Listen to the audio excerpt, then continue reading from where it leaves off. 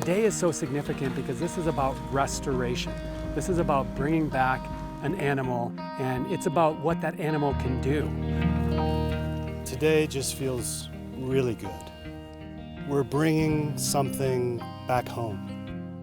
We're returning an animal home.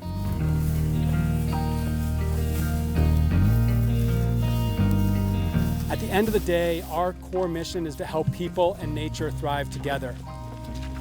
And there is a lot to be discouraged and alarmed about in our world, whether it's climate change or the loss of plants and animals off our planet. But when we take action, we maintain our hope to restore, to regenerate our natural world.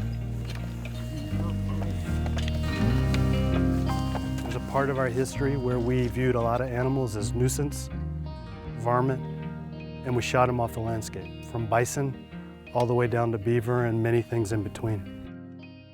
And when you bring them home, you'll restore your ecology. You'll get you healthy functioning again in your meadows, in your alpine streams, in your coastal estuaries. We're so excited to learn from our tribal partners and scientists that this meadow will be so much healthier and more functional with beaver in it. It will retain that snowpack that melts in the spring for a longer period of time, creating healthier, more abundant rivers throughout the years. It's going to create more of an ecosystem, more habitat for plants and animals that call this place home.